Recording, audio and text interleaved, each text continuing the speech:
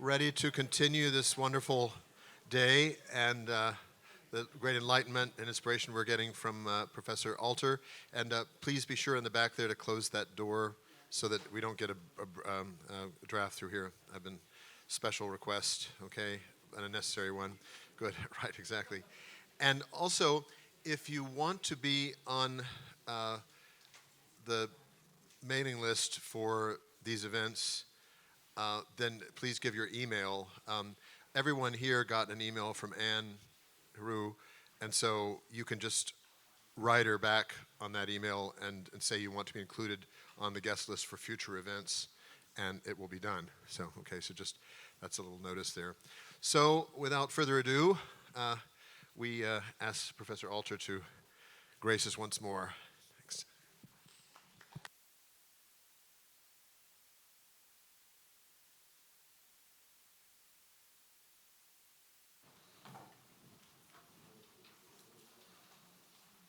Okay, now that you know everything about Hebrew poetry, or almost everything, I might think of one or two small points as I go along.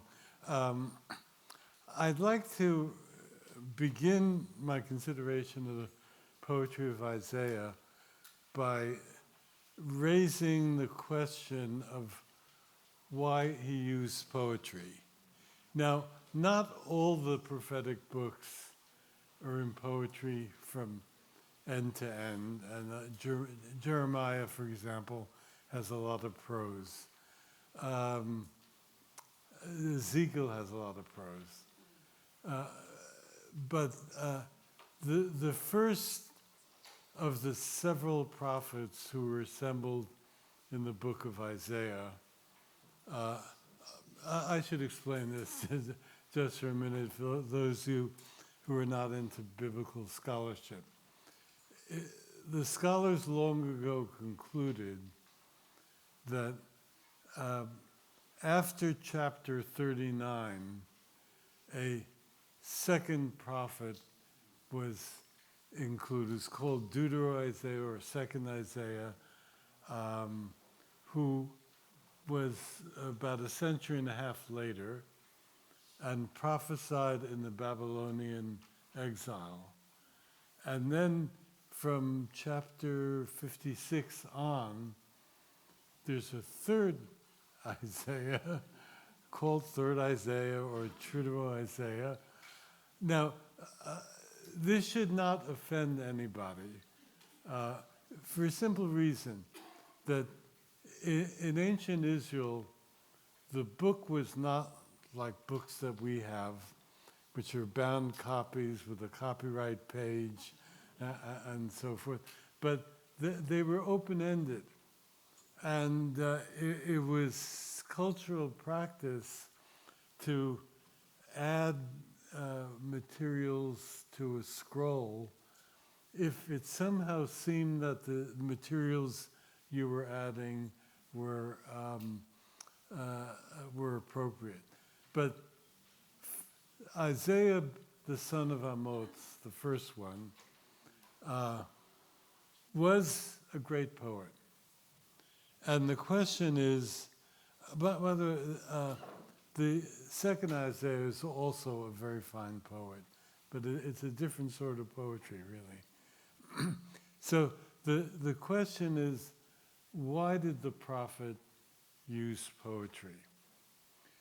So there are two reasons. One kind of slightly simple, but not dismissible explanation is, well,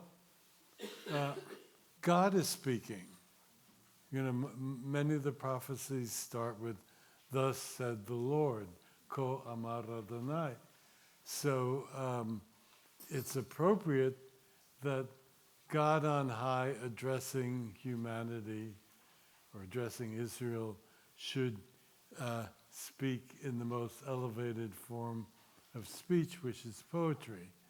But there is a second reason, which is a little closer to the kind of thing I was talking about this morning in connection with Job. Remember I said that poetry is a kind of memory machine.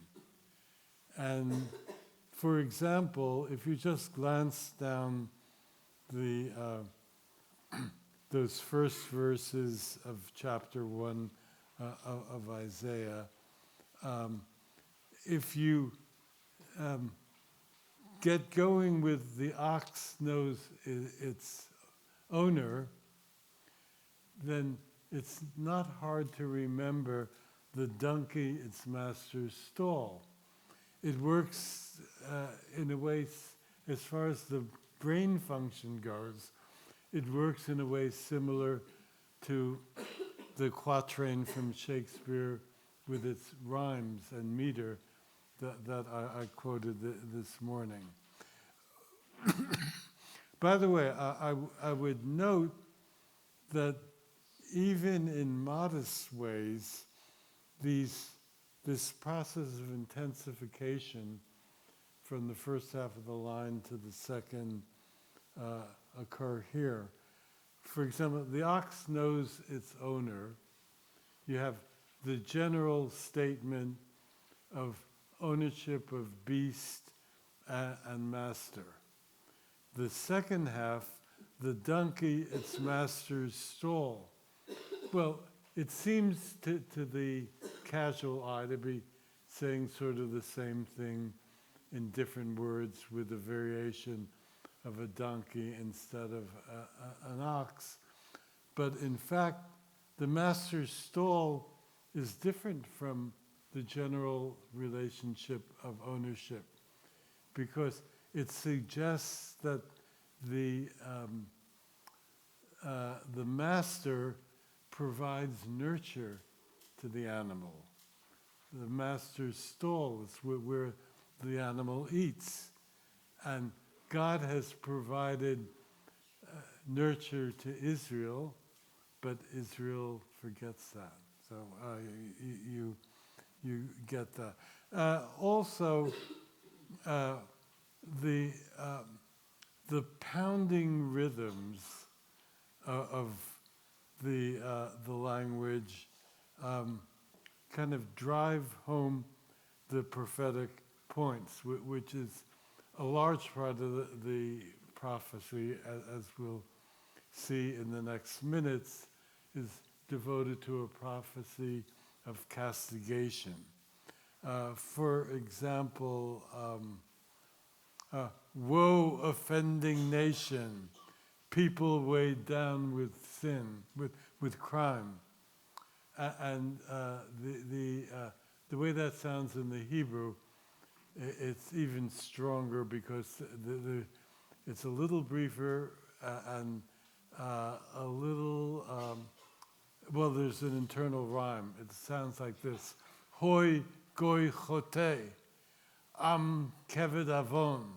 So bam, bam, bam. You're hitting your audience on the head. And these are people who need to be hit on the head, right? So I think that's the other, maybe more compelling reason why Isaiah needed to use poetry. And as far as the memory function goes, it's a little hard for us to reconstruct how it worked in ancient Israel because there's no evidence. But from other cultures, we know that people's capacity, in the United States even a couple of generations ago, to commit poetry to memory was far beyond anything we can imagine. I have one grim but vivid illustration. The great Russian poet Osip Mandelstam, after a certain point in the 1930s, could no longer publish his poems.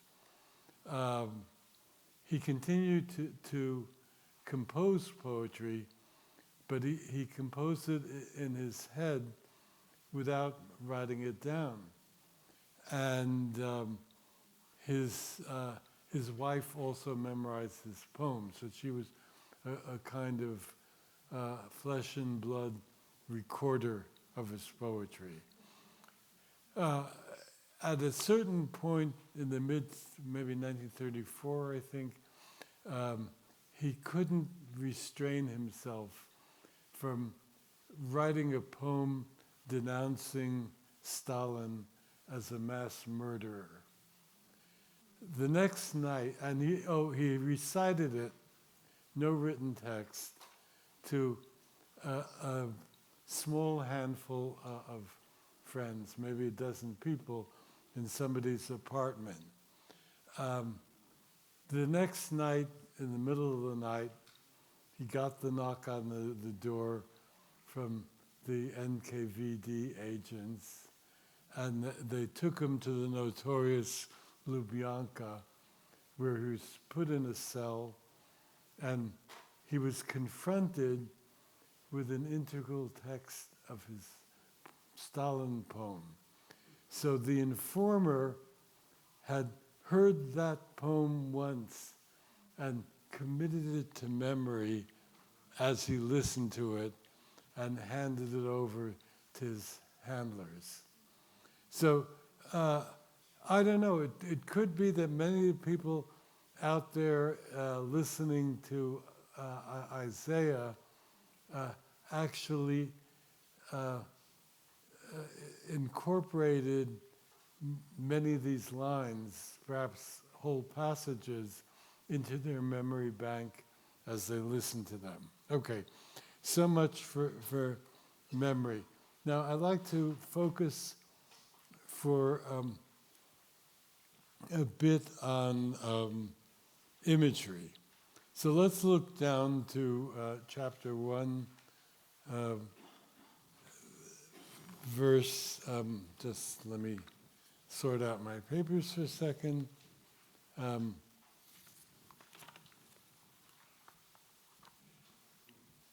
Verse 21. How has the faithful town become a whore, filled with justice, where righteousness did lodge, and now murderers? Okay, first, let me say something about the whore image. Maybe it's a little shocking to us, and I chose deliberately to use that word rather than harlot or some such thing, because I think the Hebrew is a blunt word. It's not a curse word, but a blunt word, and he wants to hit the audience on the head. Behind that is a tradition going back many decades in which the relationship between God and Israel is represented as a betrothal, and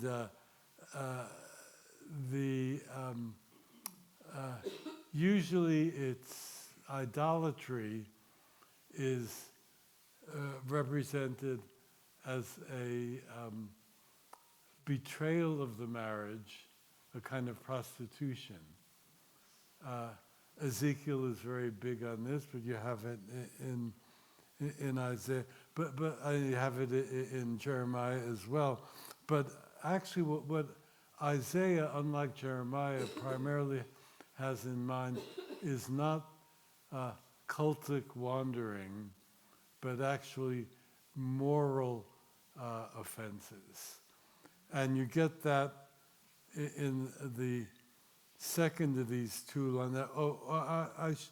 One thing I didn't mention this morning is that there are some lines of poetry, they're in a minority, that have 3 parts rather than 2 parts. And although there's no fixed system for when the 3-part lines are introduced, they're often introduced to mark transitions or a concluding moment in the text. And here you can see the way that works. You have two parallel members filled with justice, where righteousness did lodge, and then the blunt with no verb, and now murderers. So you have a shocking contrast between part 3 of the line and and part 2. Your nobles, your silver has turned to dross. Your drink is mixed with water. Your nobles are knaves and companions of thieves. Companions to thieves. Okay, the nobles are knaves. The Hebrew says sarayich, that means nobles. Sorerim, which means people who stray, people who are doing bad things. So Isaiah executes a maneuver here, which he will repeat with great dexterity, which is he juxtaposes two Hebrew words that sound very similar, and they are antithetical in meaning. So I tried to get that in the English with nobles and knaves, with the alliteration. There's another illustration I can give, and since it's only one line, you needn't have the text in front of you. In chapter 5, it's the Israel is God's vineyard chapter. There's a line that reads as follows. First, I'll translate it literally, and then I'll show you what I try to do with the translation. It says, and he, the he being God, and he hoped for justice, and look, a blight. Okay, that makes sense, but what did Isaiah do? The word for justice is mishpat. The word for blight is mispach. So again, it's like sarach sorurim. It's practically the same sound, antithetical meaning. So I struggled with that for a bit, and what I came up with is he hoped for justice and look, jaundice. Now, jaundice is a particular kind of blight, but at least it's a blight, so it sort of worked. It's not quite as good as Isaiah, but well. Okay, so we may run across a couple of other cases of that maneuver. All of them lust for bribes and chase illicit payments. So now we get on to the specific catalog of complaints. To begin with, the perversion of justice, taking bribes, which amazingly has not disappeared in our society. They do not defend the orphan, and the widow's case does not touch them. That is, there are three legal categories that keep coming back in the prophets, which are orphans, widows, and resident aliens, which I simply translated as the stranger. All three of those, they don't have property, and they're legally defenseless. So they need to be looked after.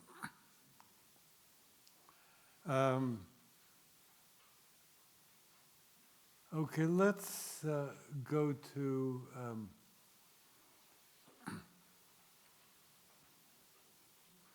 verse 9. Because here we're observing a poetic technique which we haven't so far, which is to take a single image and to play it out over a long sequence of verbs, making it stronger and stronger as the poet goes along.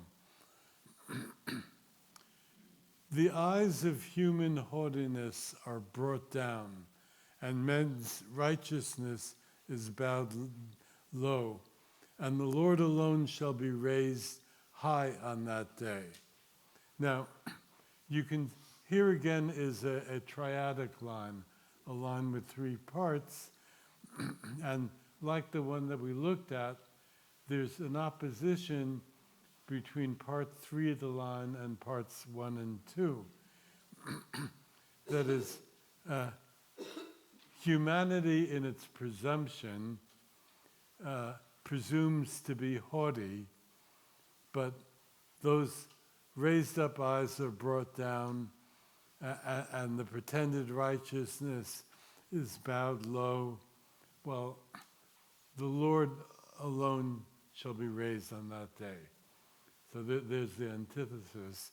And the opposition between high and low, between humankind abased and the Lord raised up, will then be played out through the whole prophecy. For it is a day of the Lord of armies over all the proud and lofty, and over all on high and lifted up, and over all the Lebanon cedars that are lofty and raised high, and over all the Bashan oaks. Now, the Lebanon cedars and the Bashan oaks are used metaphorically. That it's not that God's going to attack Lebanon, but rather that people who thought that they were way up in the sky are going to be brought down. And the land of Israel does not have a lot of tall forestry. So especially Lebanon cedars keep recurring in biblical language as an image of loftiness. And this goes on.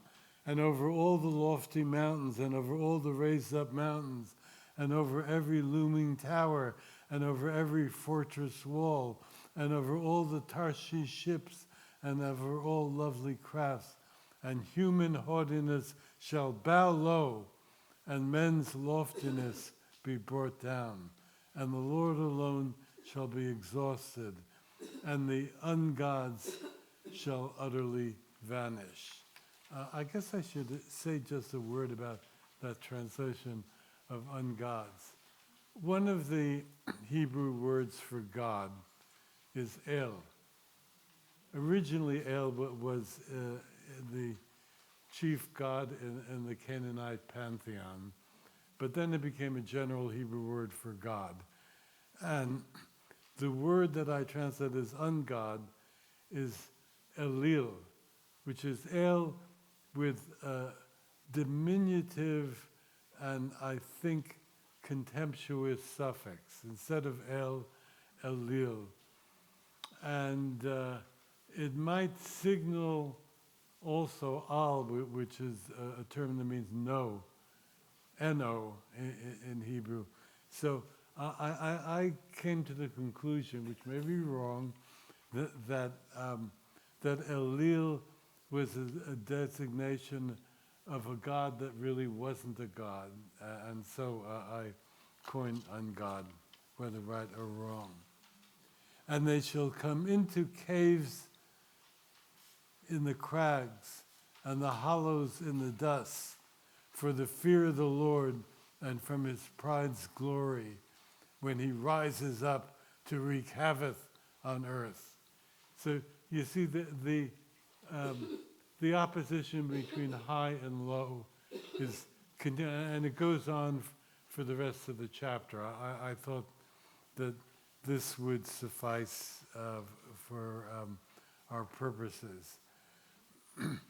So what you see at the end, and this goes along with what I said this morning, that sometimes the dynamic of intensification, which operates within the line, then operates down the length of the poem. Because first we have just the general statement that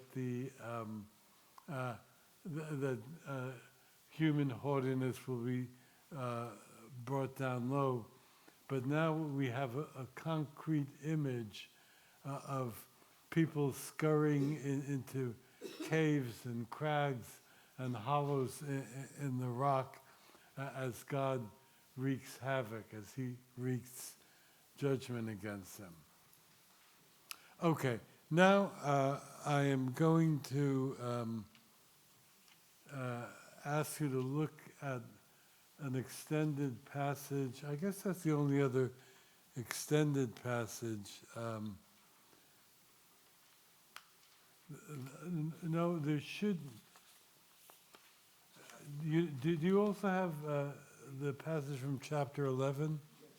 Oh, okay. For some reason, I don't in my copy. I guess I should move this along.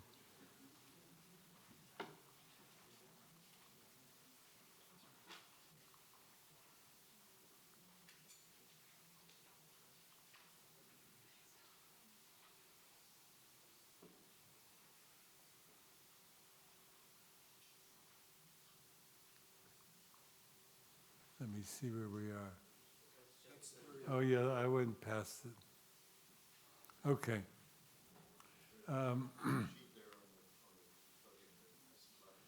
Pardon me? Oh, I see. I have it up here. Sorry. Okay, I'm going to read this, which some of this may be a little offensive to you, but I want to place it in context after I read it. Isaiah speaks in poetry and says, quoting God, of course, since Zion, remember, Zion is Jerusalem. It's not the whole country. Since Zion's daughters are haughty, and they walk with necks thrust forth, and with wanton eyes, walking with mincing steps, and jingling with their feet. The master shall blight the pates of Zion's daughters and expose their private parts, which is very strong. It's kind of verbal violence, you might say, against the women. But let me come back to the motivation.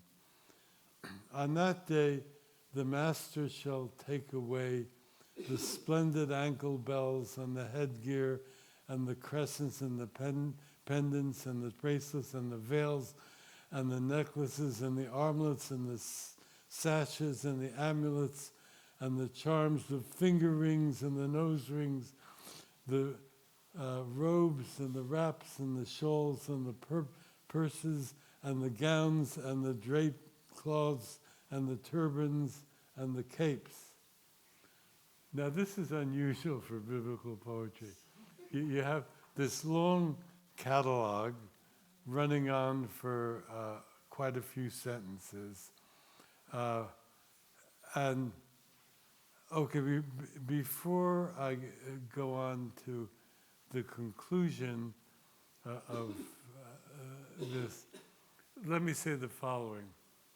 Isaiah the son of Amoz was motivated, and motivated maybe is too pale a word, was enraged by social conscience. So he looks around him in Jerusalem, and what does he see? and I think I said this in print, it's like somebody walking down Madison Avenue in New York, and he sees the women coming out of the boutiques, and they're carrying with them in their bags with the boutique's label the designer dresses that they've bought for many hundreds of dollars, and the hats and the shoes and so forth. And so he looks at the ancient Israelite equivalent to this and sees all these women in their ornamented finery, and the finery, of course, is intended to be sexually attractive. And he thinks of the ancient Israelite equivalent of the homeless, of people who don't have enough to eat, people who are living in the streets, those orphans and widows and so forth. And this drives him to rage. And the rage fuels this poetic denunciation. And you get that in the catalog of feminine appurtenances. And then he concludes, for instead of perfume, rot shall be. And the Hebrew for those three words is makyia.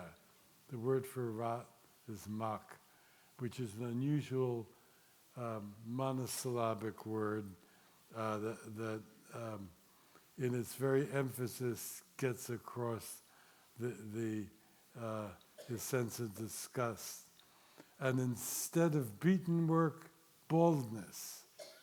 And instead of rich nobles, girding of sackcloth. For instead of beauty, shame.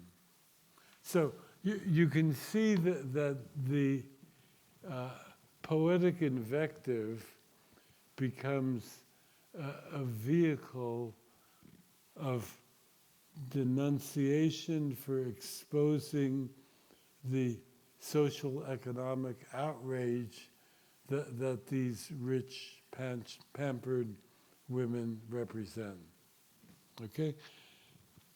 And now, since I've been inflicting a poetry of denunciation on you, I will, I'd like to, someone spoke this morning about her need to get consolation and picking up consolation from the prophets. I want to just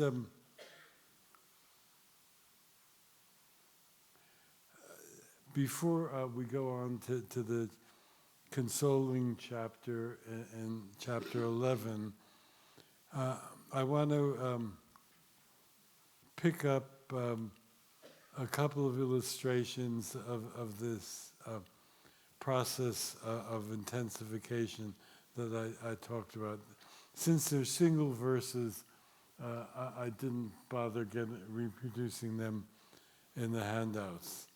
One is from chapter 6, verse 25.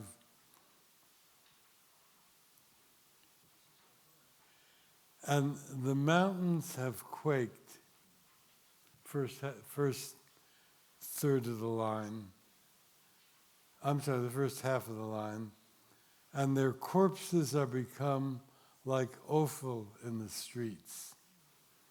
Now, the interesting relationship between the the first half of the line and the second half of the line is actually narrative.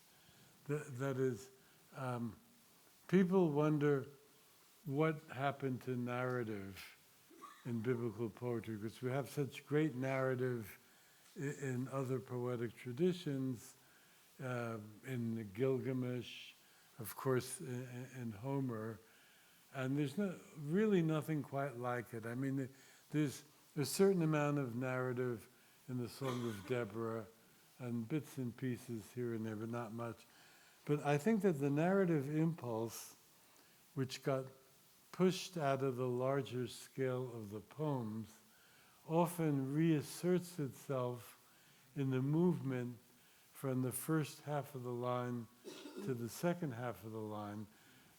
So it's a different kind of dynamic development from intensification, although maybe related to intensification. So in the verse I just read from Isaiah 6, we have the mountains have quaked, so there's some kind of cataclysmic earthquake. And then the second half of the line, and their corpses are become like offal in the streets. So we have a focusing, a zooming in, a concretization, but it's also the consequence of the earthquake. You follow? First the mountains quake, and then the prophetic poem takes us into the corpses strewn across the mountains. Okay, one more example, because I want everybody to know about narrativity between part 1 and part 2 of a line of poetry, is from also from chapter 6. Actually, it's in the next verse. And the he here is not God, it's an enemy. And he shall raise a banner for nations from afar, and whistle to one at the end of the earth. And look, swiftly, quick he shall come. So we have a miniature narrative here. First, well, maybe the first he is God. God raises a banner, which is a military signal, and then he whistles to summon in an enemy from a far away place, from the end of the earth. Usually it's somewhere in the north. And look, swiftly, quick he shall come.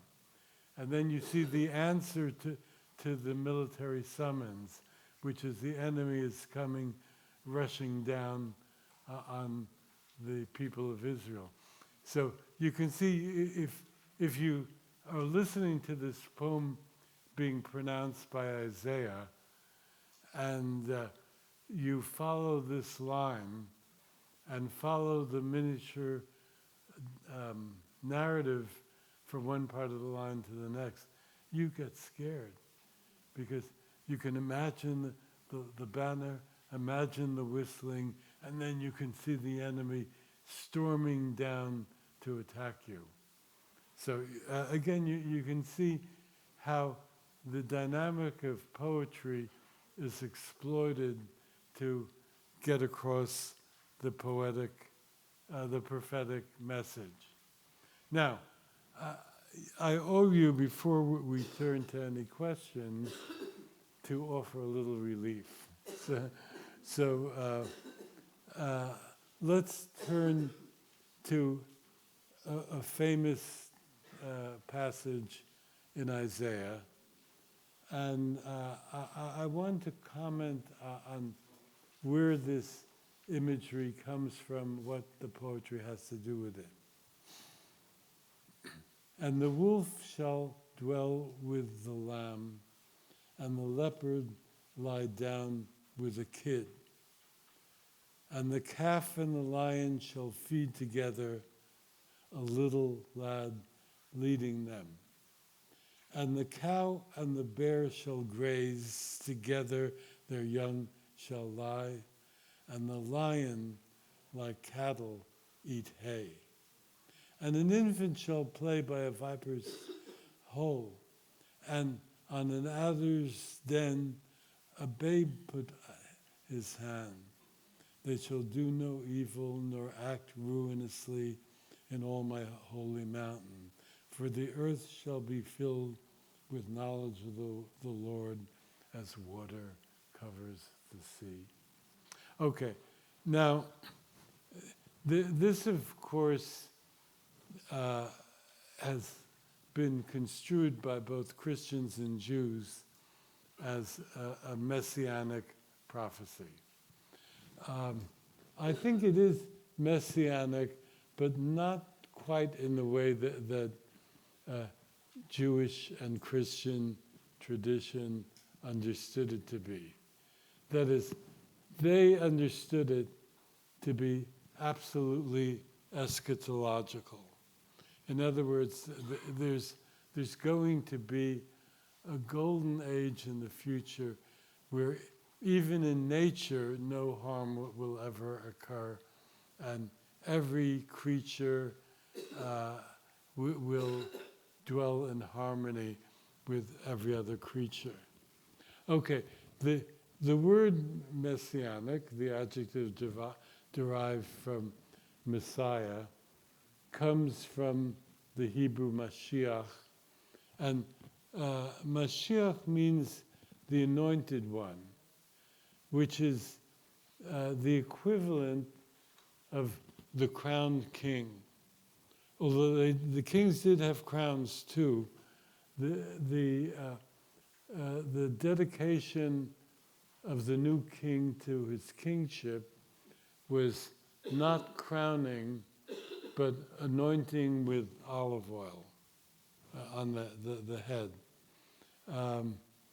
That is, the King James Version, by the way, Psalm 23, says that thou anointest my head with oil, and all the modern versions follow that. But actually, that's not what the Hebrew says. The Hebrew says the word, there's only one verb for anoint, and it's mashach, which is a cognate of Mashiach, Messiah. So Messiah means the crowned king, and you only use the verb mashach for the inauguration of kings and for the dedication of the high priest. So it has either a political or a sacerdotal meaning. But that's not the word that the psalmist uses, alas. He, as neat as that is, he uses a totally different verb, dishanta. And the root dashen is associated with fertilizing. So, not necessarily with manure. So, enriching. So, it means something like making my head of hair luxuriant by rubbing virgin olive oil into it, okay?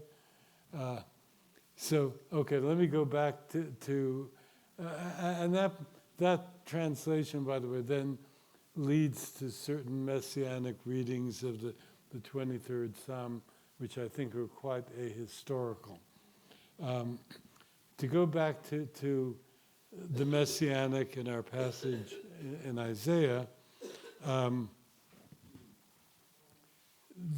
Isaiah is thinking, the king doesn't appear, the ruler in this passage, but he does in the immediate context.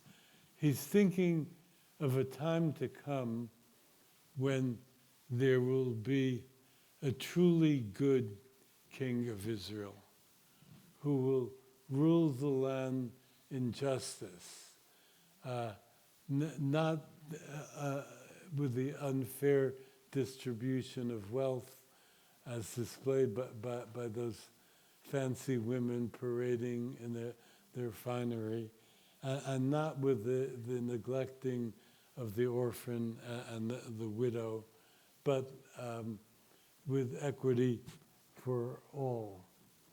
But so what's happening here with the lion and the wolf and the lamb and the leopard and the kid? Well, one of the pushes of biblical poetry is toward hyperbole. And I think that the hyperbolic nature of biblical poetry pushed in the direction of eschatology, even if the original poem was not eschatological. So we have this extravagant hyperbole of beasts of prey living in peace with helpless animals that normally would be their prey. And I think the real poet's touch is the second half of the line here in verse 6. And the little lad leading them, which is almost startling.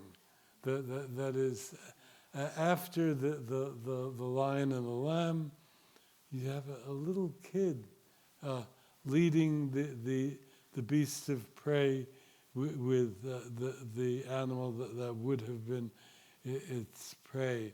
And this becomes further focused, again, intensification, moving along from line to line, when you have a baby stretching out its hand over a viper's hole and an adder's den.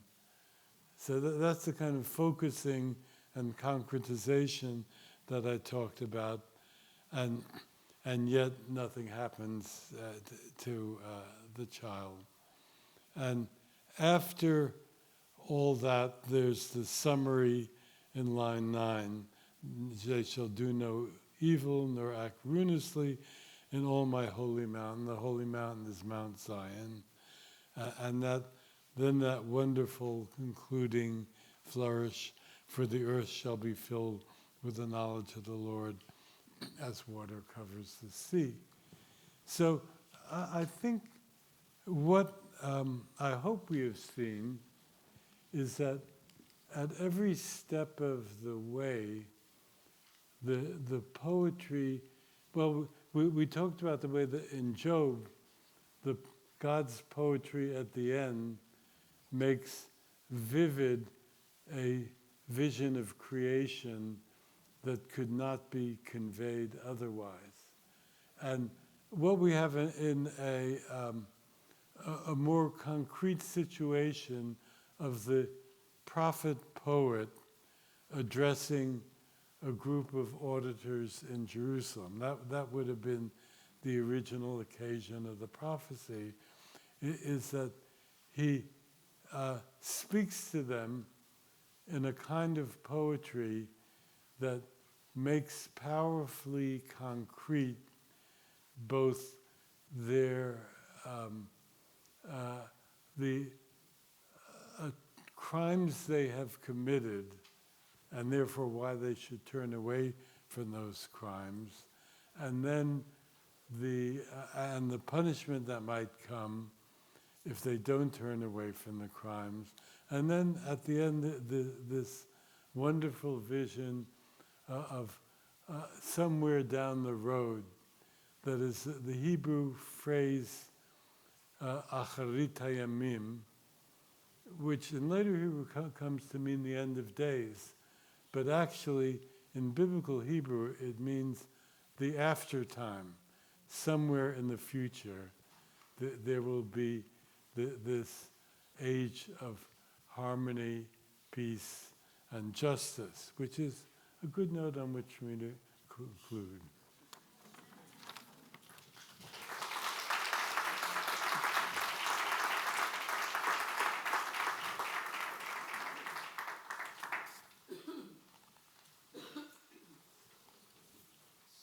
happily, Professor Alter is willing to entertain more questions, which I'm sure I'll try. you'll try. Yeah, well, you do very well, better than try.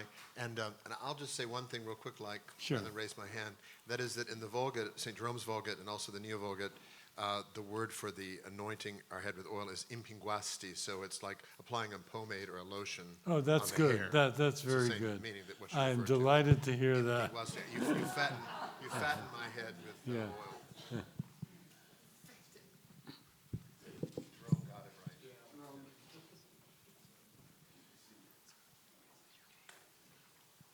Make sure you have a mic before you ask your question.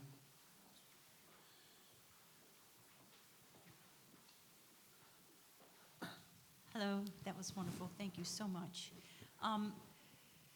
If it is true that there is no poetry in the New Testament, is that right? Well, Is that correct? No. I wouldn't say that.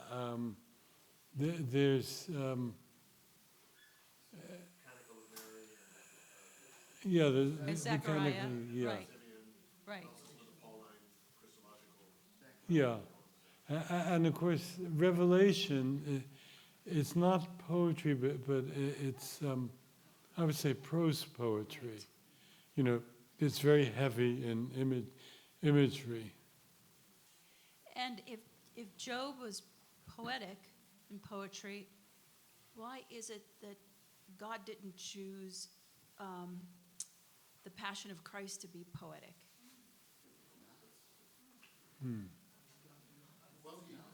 Well, one thing that I would say is that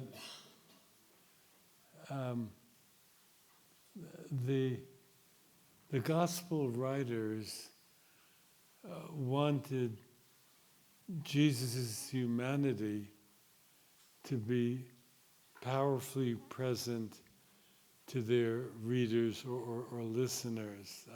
I mean, like, let this cup pass from me. Or even when he quotes a line of poetry, which is quoting a line of Psalms on the cross, and he says, actually, he quotes it in Aramaic, Eli, Eli, lama sabachthani, which is, my God, why have you abandoned me? So that humanization of the Christ figure might have been harder to convey in the elevated diction of poetry. Anybody want to add to that? They can. There is a tradition that he was reciting the whole of Psalm 21, when he said, my God, why have you. So there's some, but that would be like praying out the psalm. People like C.S. Lewis and Tolkien would say it's because myth became fact. And Balder and Osiris are wonderful stories. But in Christianity, there was a real man who lived a real life and died on a real cross. And that's hard to put in poetry. Yeah, that's what I think. But you also have a prologue of John that is poetic, and that Yeah. talks about the divinity, right? So that's what you're looking at that sense too. Okay, let's go on to the next I was- question. I was just thinking on that note too, there's this one passage where Jesus talks about straining a gnat and swallowing a camel. And I don't know Aramaic very well, but I've heard that if you back translate that, it's straining a galma and swallowing a gamla. And so Jesus is being poetic in that sense as well.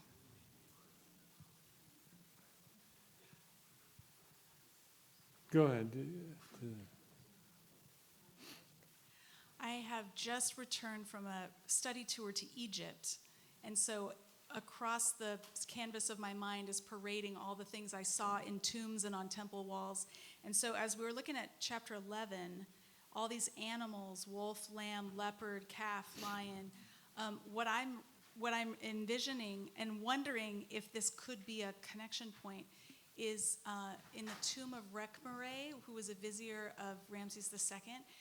there's lines and lines of foreigners bringing tribute to King Ramses, and they're bringing a giraffe and a cheetah and baboons and all these different animals. And I'm wondering if there's a possibility, if we're looking at this as an anointed king who will bring about this kind of justice, could it be that the animals are representing nations that are living at peace together, who represent different kinds of animals? And then the second part of my question is, I can't help but notice that it's snakes, snake holes that the infant is putting his hand near. And all the Egyptian iconography has snakes in it, representing royal authority.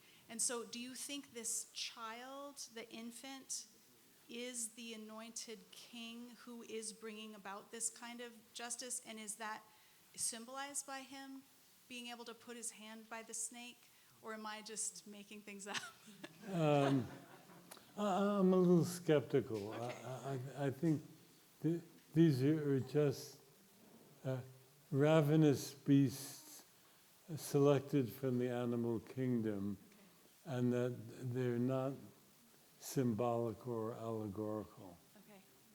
Yeah, and Is the child the ruler who's bringing about this kind of peace, or is the child experiencing the results of that rule? I think the latter. That is, in a peaceful kingdom this just, even the lethal forces of nature no longer exert themselves as lethal, so a small child could play by an adder's den and in no way be harmed. I think that's all.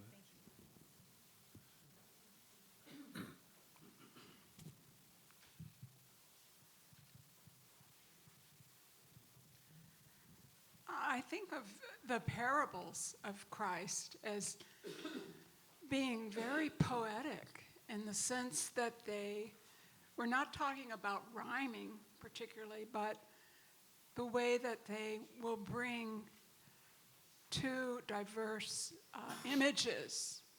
You know, you talked earlier about seeing in poetry. Someone mentioned this. Instead of reading, in a way we have this visual when we study poetry. A vivid visual comes, and it doesn't always explain itself. And Jesus didn't always explain his parables. He set them out there for contemplation and for discovery to happen through the juxtaposition of these different images, like the seed and the sower, and just over and over he used visual imagery that was not prose, it was not storytelling, it was putting things together for you to contemplate. And that, to me, is quite poetic and continues. There's a general sense in which poetic as an adjective is used, and that's any verbal constellation that does for us as the readers something fairly similar to what we experience in reading poetry, we say is poetic. And I get that. I mean, I don't dismiss that. But what I've been talking about in these lectures is poetry as a formal system. In the Hebrew Bible, that formal system consists usually of 2 parts to a line, 3 beats, 3 accented syllables in each half of the line, and some kind of developing similarity in meaning, or sometimes an antithesis of meaning, between the first half and the second half. So, I mean, that's as clear-cut as when you're reading a text in English and all of a sudden, in the middle of a prose narrative, you have 6 lines that scan perfectly as iambic pentameter, and there's an A, B, A, B, A, B, rhyming in the 6 lines.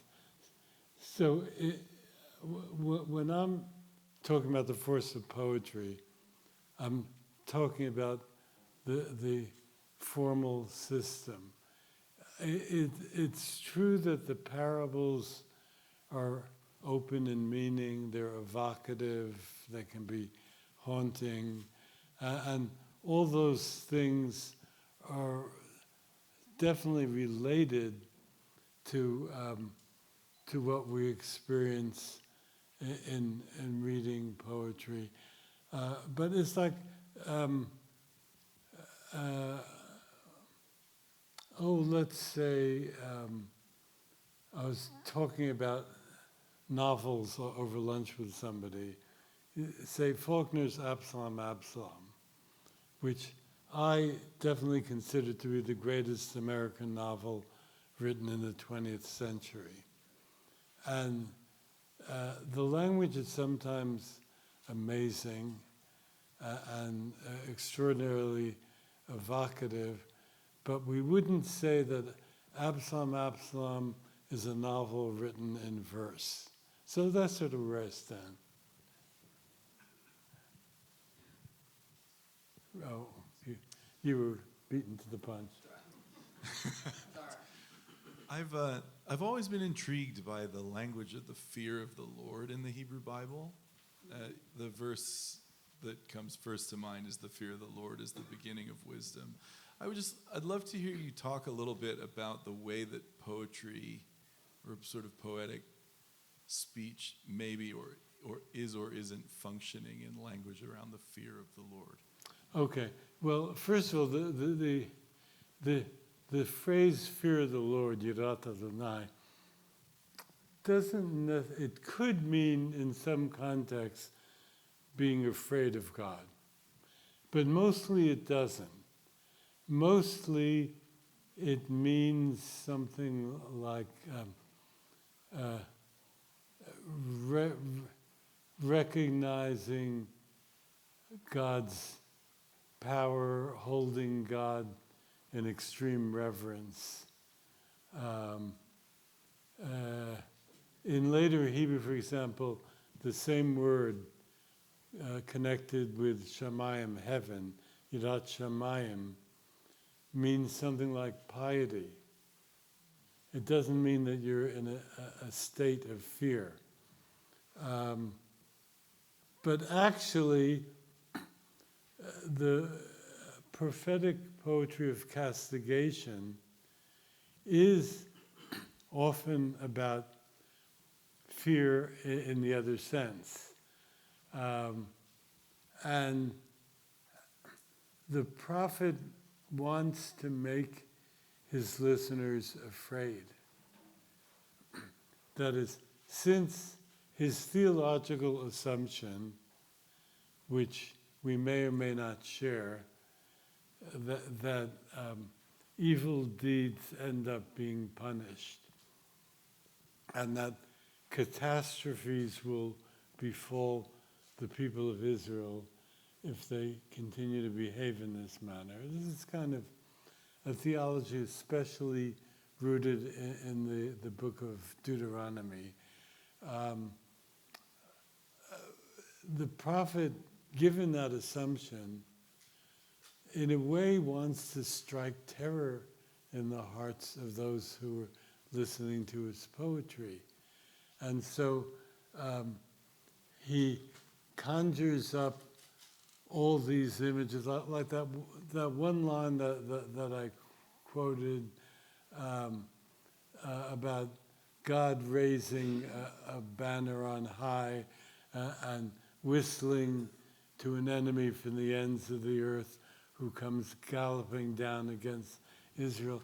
I think that's really designed to make people quake in their boots or in their sandals in ancient Israel. So that is where fear plays into prophetic poetry. And the flip side of it is that most of the prophets do have a balancing vision like the one we saw in chapter 11. Roberta? I'm just curious, because I know you know modern Hebrew. Does modern Hebrew poetry pick up on the ancient Hebrew poetry? Does it use the same forms, or does it do something else? Okay. I should say for the information of the audience that modern Hebrew literature actually is another area in which my wandering interests have focused. And I love modern Hebrew poetry and do a lot with Hebrew fiction as well. The form definitely is not the same.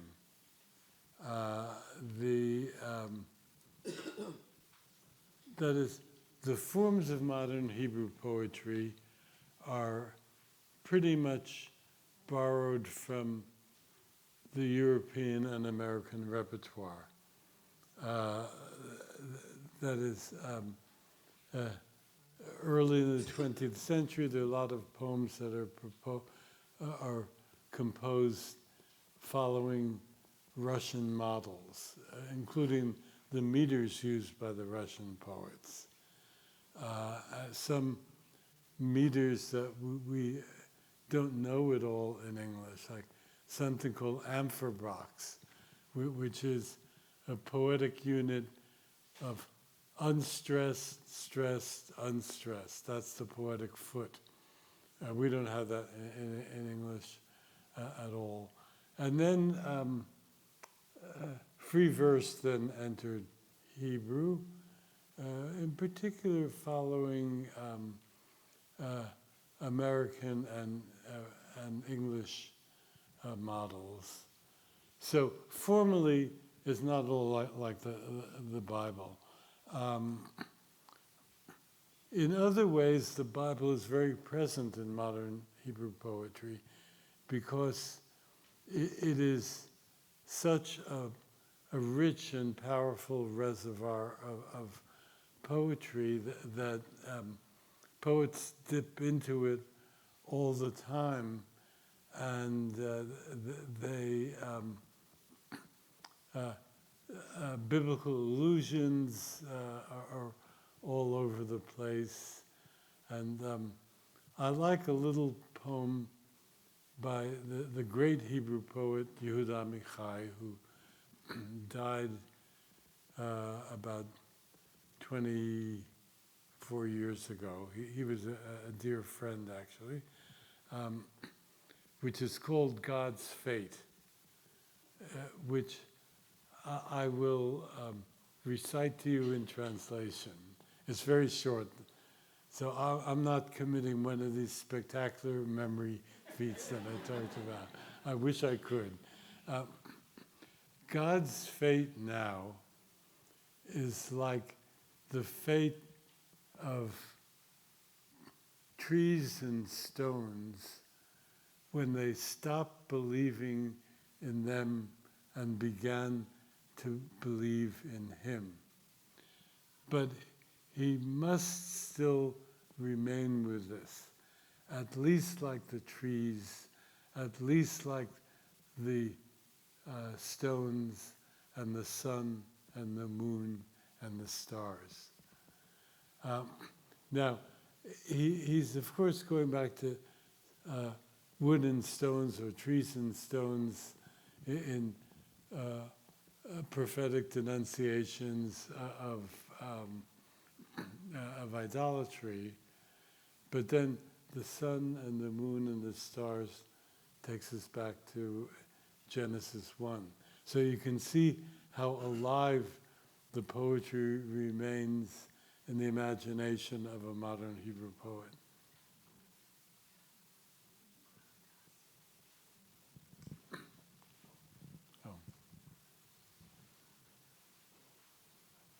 Oh, okay. I just have a quick Go ahead. question concerning biblical Hebrew and the interpretation of it with respect to the cultural aspects. Do you have a good reference document for that? Do I have a real one? Good reference document for the interpretation of biblical Hebrew, taking into consideration the cultural aspects. Well, I don't think there's one book or article that does that. But what's happened is, as beginning in the later 19th century, archaeologists unearthed this whole world that we didn't know about, much of which was the cultural context of ancient Israel. This was absorbed by Bible scholars and entered in multifarious ways into the commentaries and articles that they wrote on biblical books. So if you say you read any volume of the Anchor Bible, say particularly it started off with Doubleday, is now published by Yale University Press. Each volume is done by a different scholar. You'll find swarms of references to the cultural the Anchor Bible Exodus is particularly good. The Anchor Bible, of course, uneven was there by different people. The Anchor Bible Samuel by Carl McCarter is excellent. Finally, after 35 years, my dear friend and colleague Ron Hendel is coming out with the first volume of his Genesis, and that's going to be really good. Okay, there are a couple of hands back there, I think. Hi. This is carryover from last talk, but you had said in a response to one of the questions that most of the time the Jews are not, or the Jewish writers of these biblical times aren't that interested in nature. And so I wanted to ask, what were they interested in, it seems to you? And then also, I wanted to know what made you say that, because I was just thinking like the Psalms are just chock full of nature images, the like Canticle of the Three Young Men, Genesis, or like Isaiah, the imagery of the rain is all over the place in there, and the dirt, the salty land becoming a beautiful plain and things like that. There's definitely imagery of rain, growing things, vineyards. But what you don't have is very much descriptive poetry evoking the concrete presence of things in the natural world, which is why I said that. And, biblical narrative, as you I'm sure are aware, is not very descriptive at all. And since you asked what replaces nature, I would say language. That is, I've recently been working on a short book on dialogue in the Bible. And at least in the narratives from the beginning of Genesis through at least the early chapters of Kings, anything important that takes place switches from narration, and the narration is often brutally summarizing. Like you can have 17 years of Moses' life as he's growing up compacted into half a dozen words.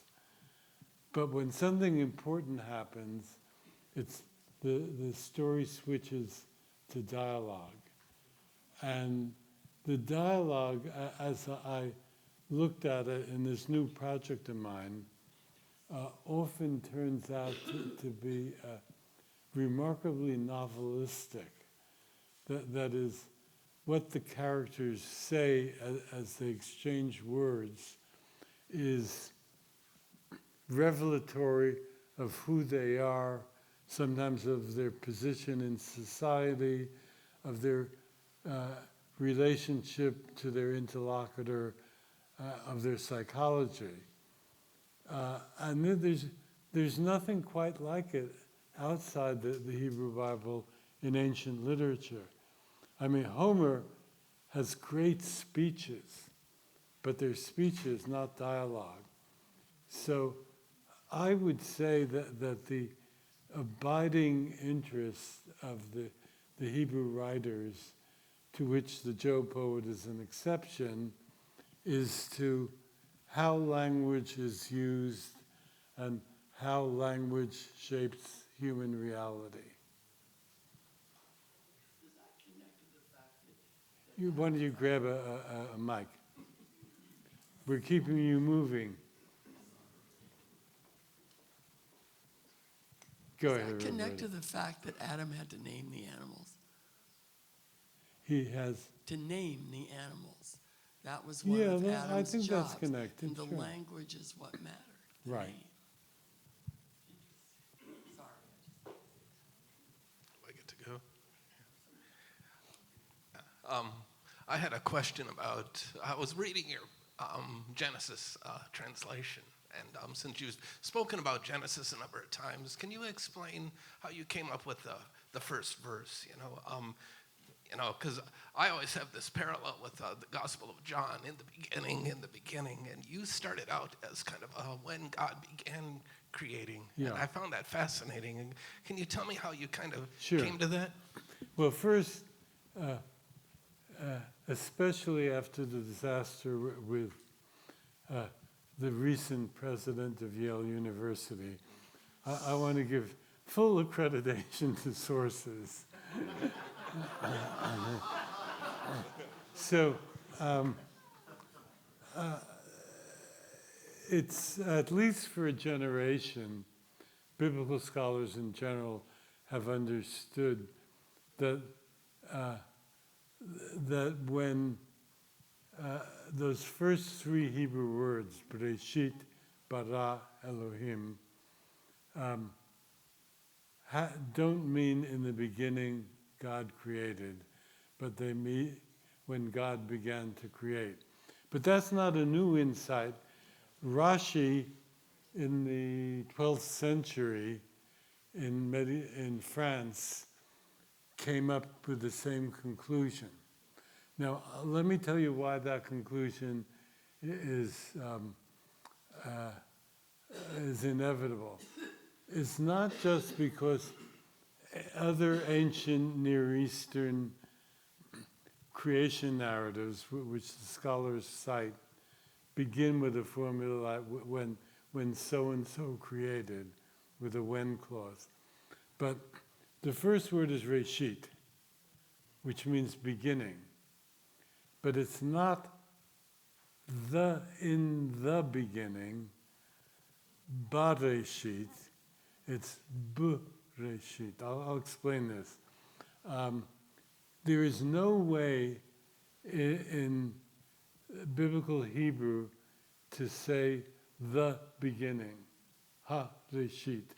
Reshit is always attached in what's called construct form. I know you studied Hebrew, so you know what this is. What's called in Hebrew smichut. It's always attached in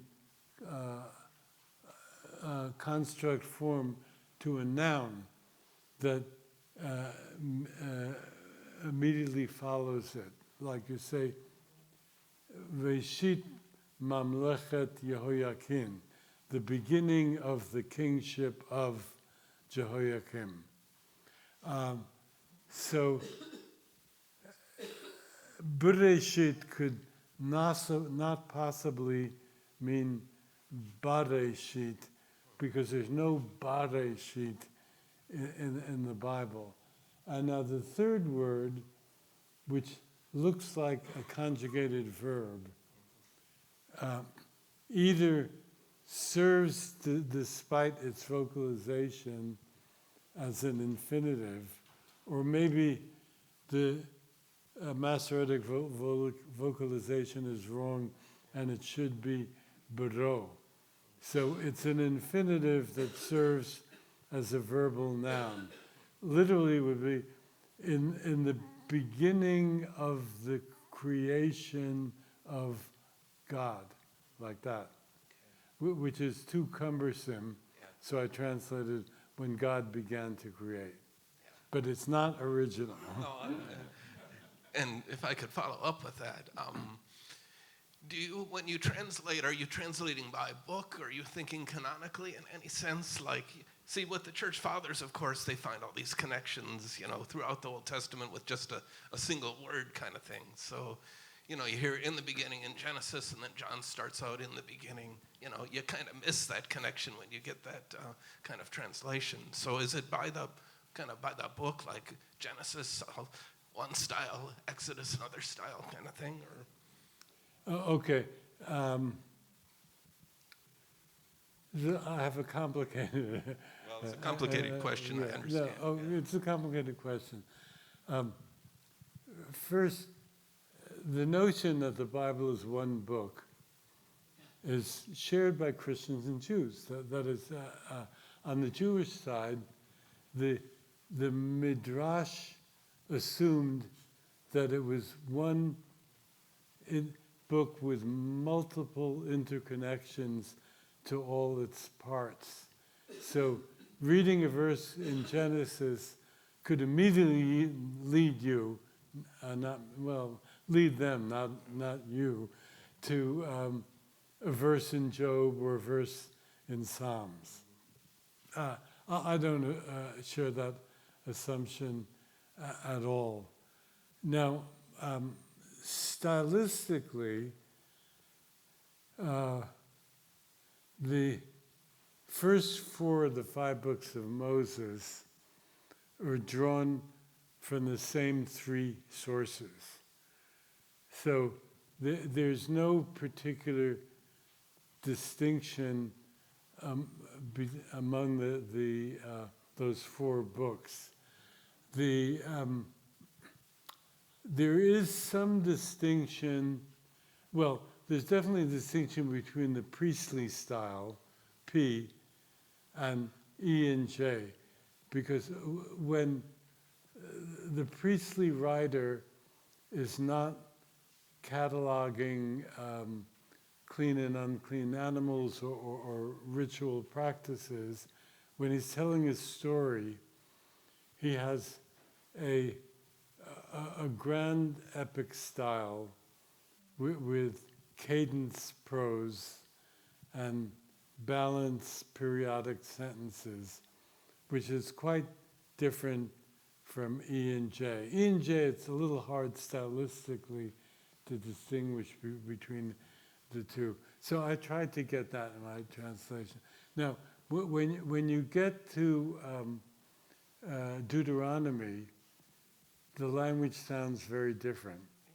And it sounds different. Remember, it is presented as a series of Moses' valedictory addresses before his death. And the style is oratorical, with long rolling sentences that are often periodic, and emphatic use of repetition, and so forth. So again, I tried to get that. And then later Biblical Hebrew sounds very different again. Thanks. What are your thoughts on the Septuagint? And do you have much interaction with that? And do you think there's anything perhaps lost in translation, going from Hebrew to Greek with poetry, Oh, yeah. perhaps? Well, the Septuagint is more literal than we would allow our translations to be today.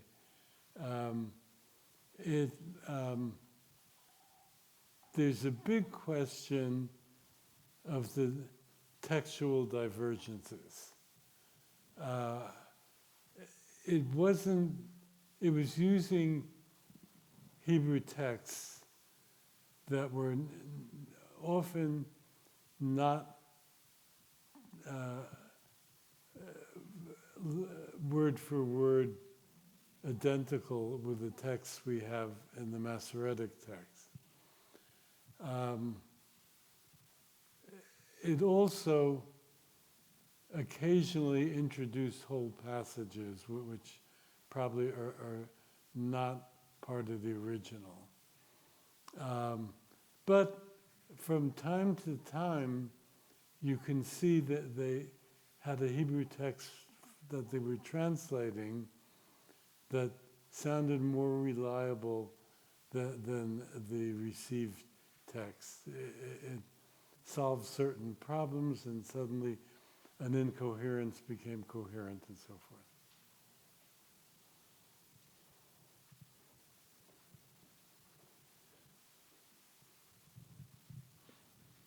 Just a little comment.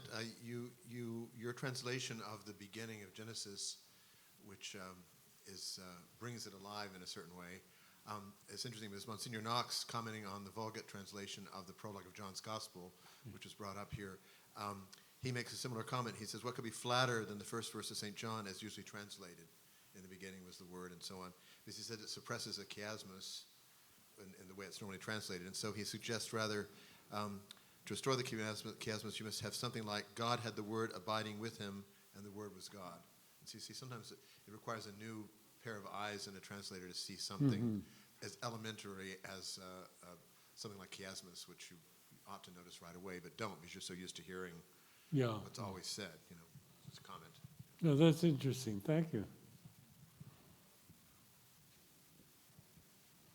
So one of my favorite devotional modern commentators, Erasmo Levikakis, loves to say that reading the scriptures in translation is like kissing your wife through a handkerchief. And that's an old trope, by the way. Yes. And he goes on to say that he encourages all to read the scriptures in their original language because, in a sense, we could analyze the differences of all of the poetical features and the structures that you've done so brilliantly today.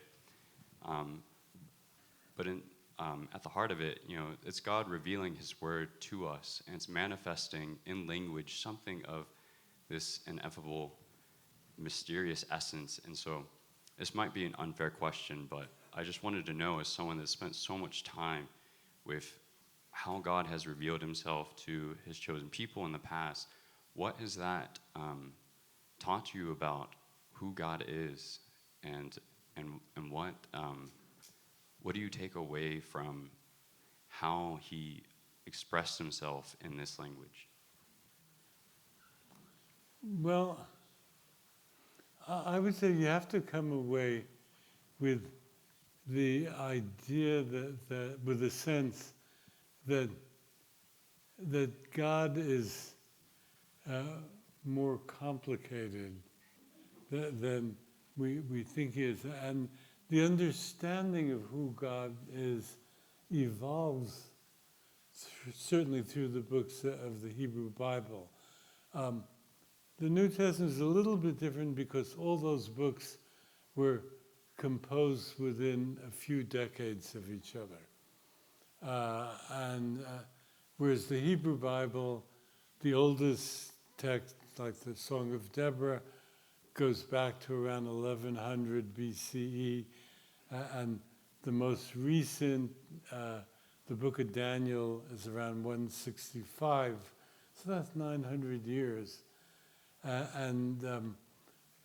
God, in the garden story, is imagined, and maybe at that point in time, that is when the J writer was inditing his story, people couldn't imagine God differently. He's imagined in very anthropomorphic terms. That is, he goes for a walk in the cool of the evening, when the sun has begun to set and the hot Middle Eastern day has passed, and you can go out for a walk again. Nothing like that happens already in Exodus,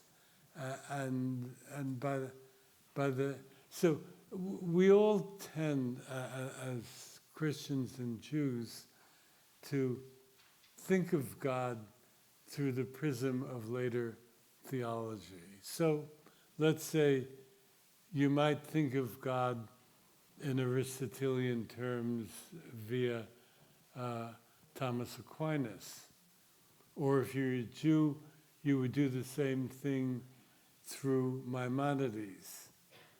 But as you go from book to book in the Bible, in the Hebrew Bible, you see that approaches to God and understandings of God changed over time. Or maybe in the same time, different believers had a different take. Now, let me add one thing which goes back to my translation.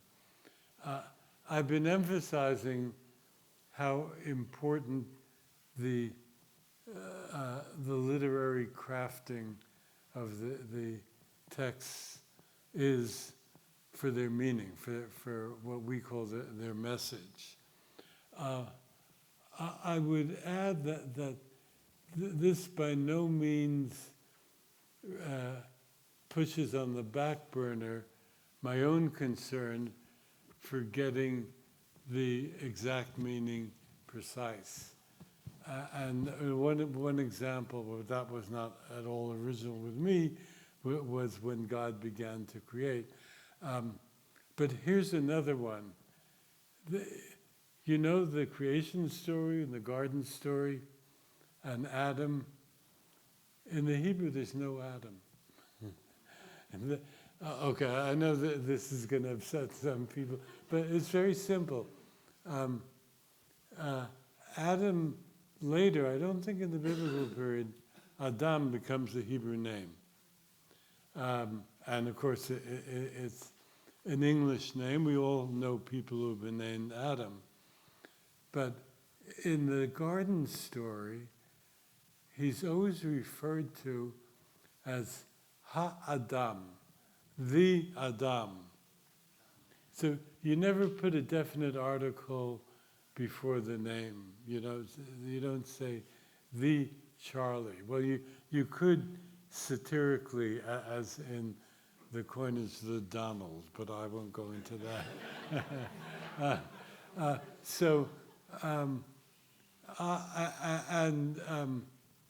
There is the memorable verse, most of you know it by heart, which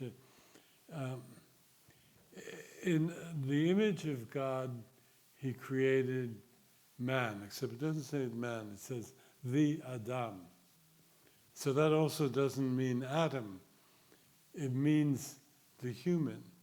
And we know that it's not differentiated according to gender, even though grammatically it's masculine in the Hebrew, because the second half of the verse is male and female, he created them. So I was stuck with a quandary. How do you translate an ordinary term like the ha-adam? And I decided I would be betraying the precise meaning of the Hebrew, which I cared about a lot, by translating it as Adam or as man. So I did this slightly weird thing. Sometimes you have to make compromises as a translator. I translated it as the human.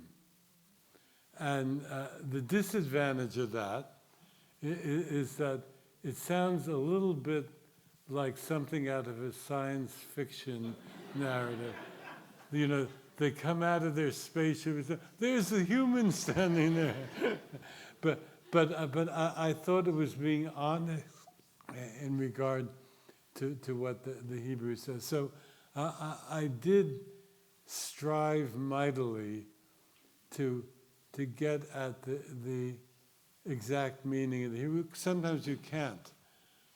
Sometimes it's guesswork. But often, now we all know that nuance is important in language. That is, there's a difference between a crook and a criminal. That is, a crook is more insulting, where you could have a sentence saying, he has now been declared by a New York court a criminal, even though I always thought he was a good guy, okay? You can have that, that's a possible sentence in English. So I'll give you one biblical example. Most of you probably remember the terrible story of Amnon and Tamar, in which he lures her to his bedchamber by pretending to be sick. And he asks their shared father, she's only his half-sister, to send him Tamar and bring him food. Except the normal word, there are two normal words for food in biblical Hebrew. One is ochel, from the verb that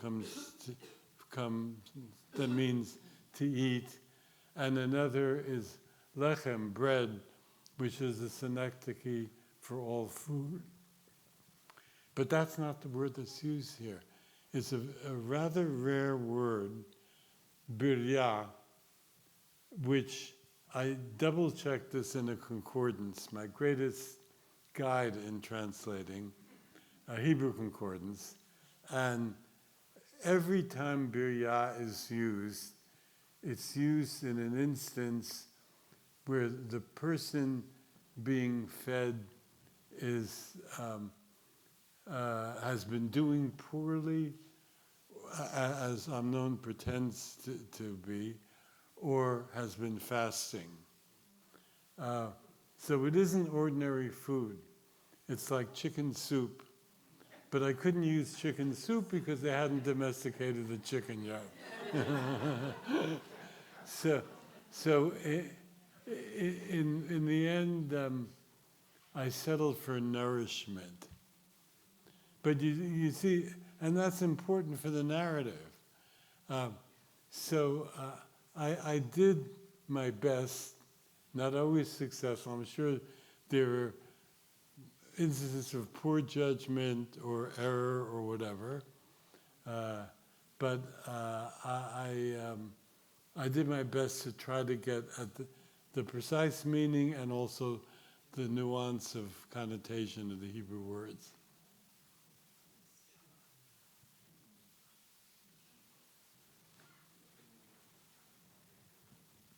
Roberta? Well, I have questions for you, but I know the answer to this because I've asked you before. I might But- have a different answer. I know, which could make it even more fun.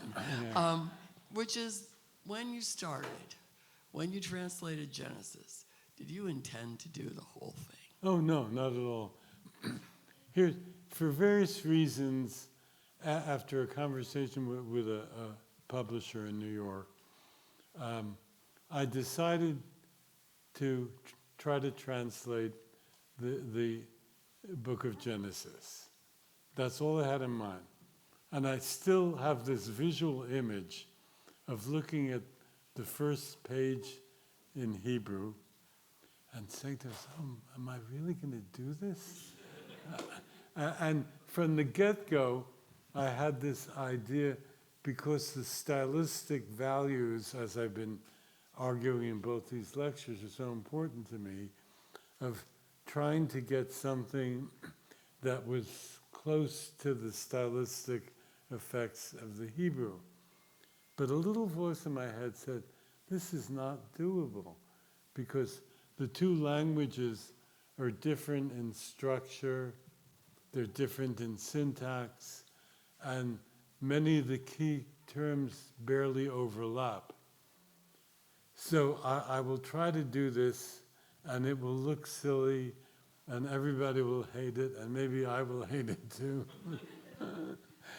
but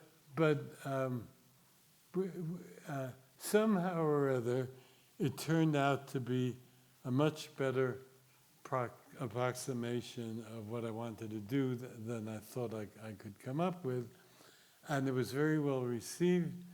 So I said, okay, I'll do one more book of the Bible.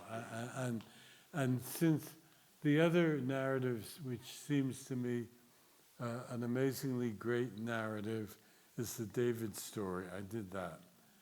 Basically the books of Samuel.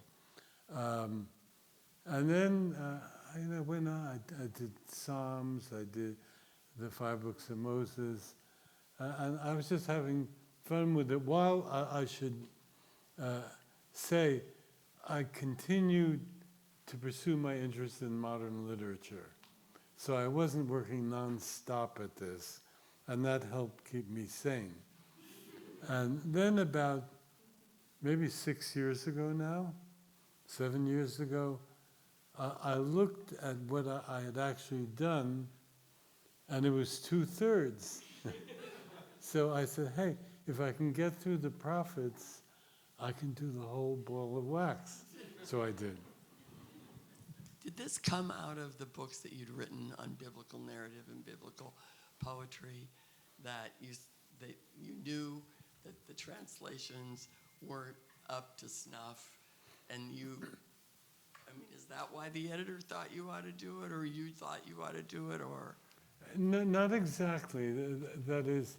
we're all glad you did, by the way. Yeah.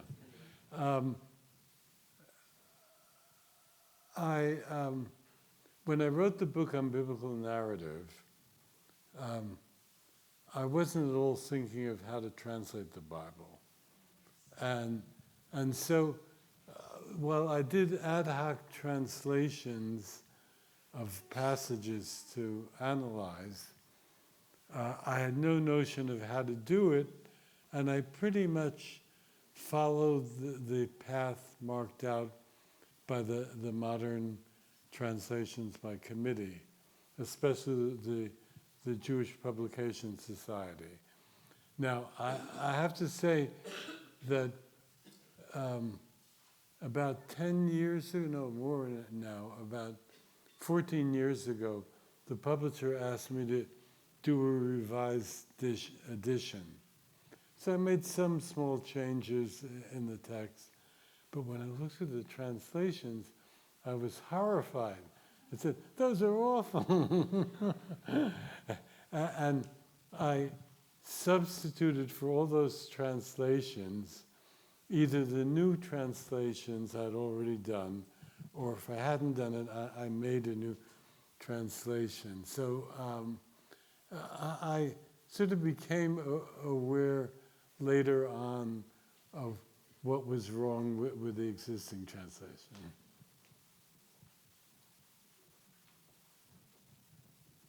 think there's a hand back there.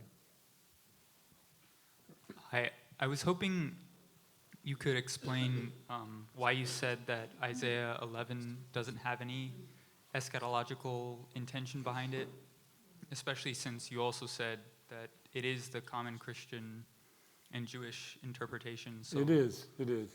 I guess, do we have any reason for not going with Yeah, that? because I think that the prophets were thinking politically and historically, and so I think that what Isaiah had in mind was, I can't say that with absolute certainty. I don't want to be presumptuous, but I think what he had in mind was an ideal ruler in time to time, somebody who was like Lincoln and George Washington all rolled in one, who would make this a just and decent country and somehow restore peace to the land. But the hyperbole pushed the language in the direction that would become eschatological, and that's my take on it. But it's possible that Isaiah, the son of Amos, really imagined a totally transformative end of history when everything would change. But I think that's a possible reading, so I don't want to say that anybody who reads it that way is dead wrong, but it seems to me a less plausible meaning. That is, I don't really think that Isaiah in the 620s or whenever it was that he was prophesying, literally believed that there was going to come a time when the lion would lie down with a lamb, and when infants would play on the den of vipers. It seems to me to have been a belief that was outside his system of assumptions about reality, because he was so concerned with the present state of society. So that is how I take it, but I don't say that I'm absolutely sure.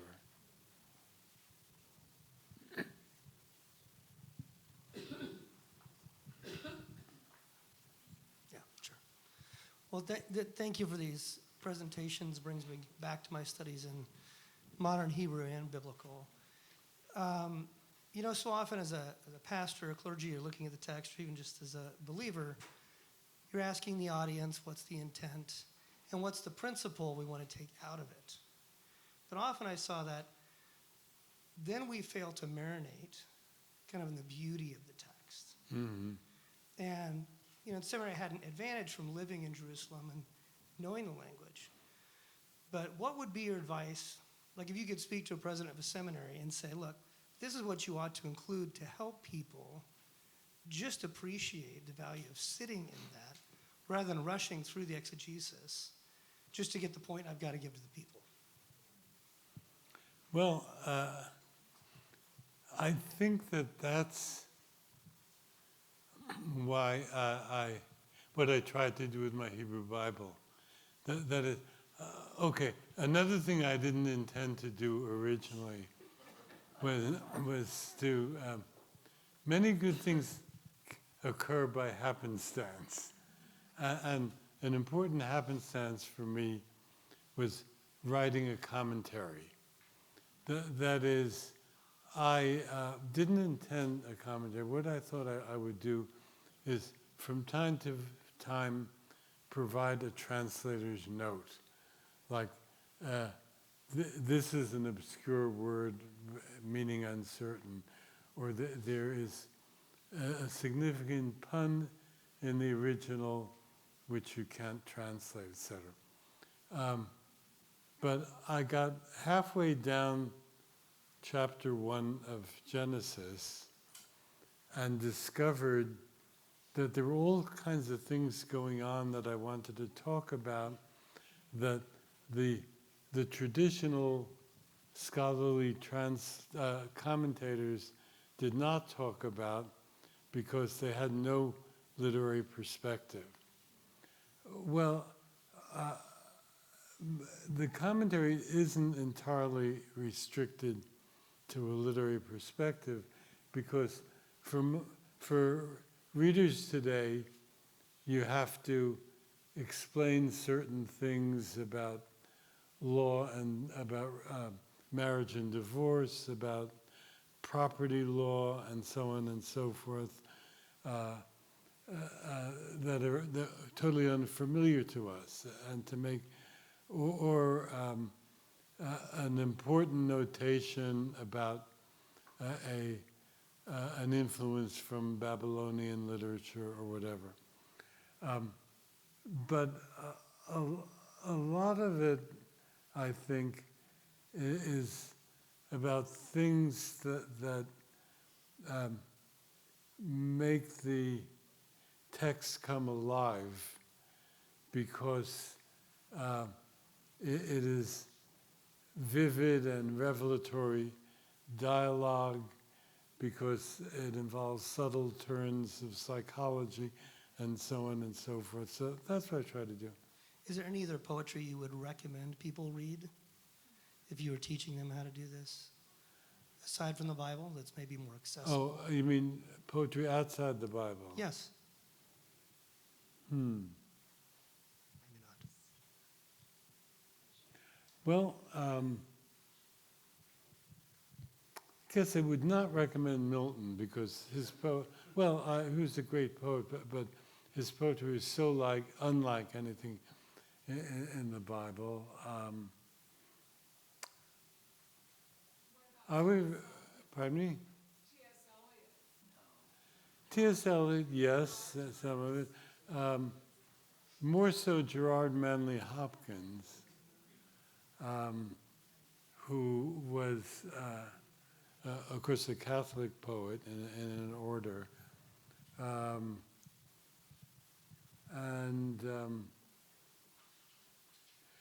For biblical poetry, I would also recommend a couple of poets who cultivated plain language, like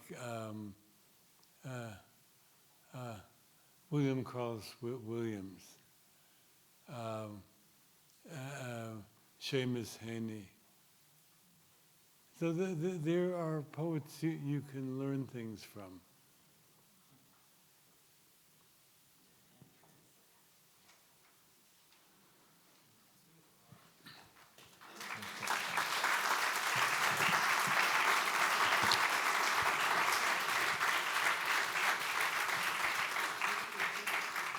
Professor Alter, we're very grateful to you for having given us such serious and inspiring food for our reading of the scriptures. I think in the future, when I read certain passages, I'm going to hear your serene and erudite voice in the background just taking me through. It's an important experience for me, I think. And of course, that love for the beauty of God's word and its understanding is something that we have to take with us, and hopefully it inspired some of our young men too to learn Hebrew. So I started out with Hebrew in college but didn't continue it, and now when I'm at attending this, I really regret it. But nothing to be done now. You can't do everything in life. So we have a reception now at 4 o'clock, or right now, and then Vespers at 5 in the church. And you're most welcome to come to all those things. And we're very grateful once again. Just wonderful. I think everyone agrees. Okay, sure. Also, please remember, if you want to be contacted for future events, to send your email information into Anne. Yes. I wasn't going to say anything because I've been sick for 2 weeks and I can really stand up. But the reason that we decided to start these lectures, and we being a group of the confreres here, and my husband and I, and the intellectual children, and the children of Tom Oden, and the daughters of Henry Chadwick, is because of the library which the reception will be held in, because it holds Henry Chadwick, the great historian of the early church, and also an Anglican diplomat who arranged the first visit of a Catholic pope to Britain after Henry VIII. He negotiated the coming of John Paul II. His personal library, which filled 4 floors of a house, including the bathrooms, the hallways, the stairways, and numerous boxes of papers that God and Henry Chadwick only knew what was in them. I saw the house, thanks to Father Hugh over here. That collection came here. And then our good friend, because Howard and I were privileged to be involved in the creation of the Ancient Christian Commentary on Scripture. We knew Tom for almost 30 years. No, he died before it would have been 30. We knew him for 25 years. There are people in this room who knew him much longer.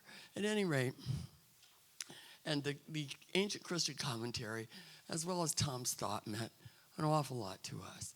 We knew that he had this collection of important old books. We weren't clear how important. And he had left them to heirs that weren't really as interested in them as Tom perhaps hoped they'd be. And they graciously sold them back so that they could be here too. And so Tom Oden's old book collection, which included 63 incunabula, which is an astounding number. That's books published before 1500. How the heck he got them, we hope it was legal. At any rate. And knowing Tom, well, anyway, it was laying there and nobody wanted it. He took it home. Anyway, but so as we talked about this, and as we did the dedication of the library, we thought it'd be good to continue the tradition of 2 eminent scholars in the Christian tradition whose books live in this abbey. And so we created the Chadwick-Oden lectures together, the Abbey and us and the Odenites and whatever. So that's why we do this. So, and our goal is to bring an ecumenical conversation. Last year it was an Anglican. This year was a Jewish scholar of great note. And we're working on next year. We have a couple ideas. Okay, we need to talk later. Anyway, and we're looking to have Orthodox and then some plain level. Well, we have to have a Catholic, and then we gotta have one Catholic, and also some brown wrapper Protestant, not an Anglican. So anyway, we need a good brown wrapper Protestant somewhere. So anyway, I just thought, given all this, and a couple people kind of asked me, so I thought I'd summon the whatever to talk about that. So I'm sorry to keep you a little longer, but I thought you might be interested to know. And that's why Tom's son is here and his nephew, Tal. So anyway, thank you. And of course, without the Amundsons, none of this. So with thanks especially to Howard and Roberta.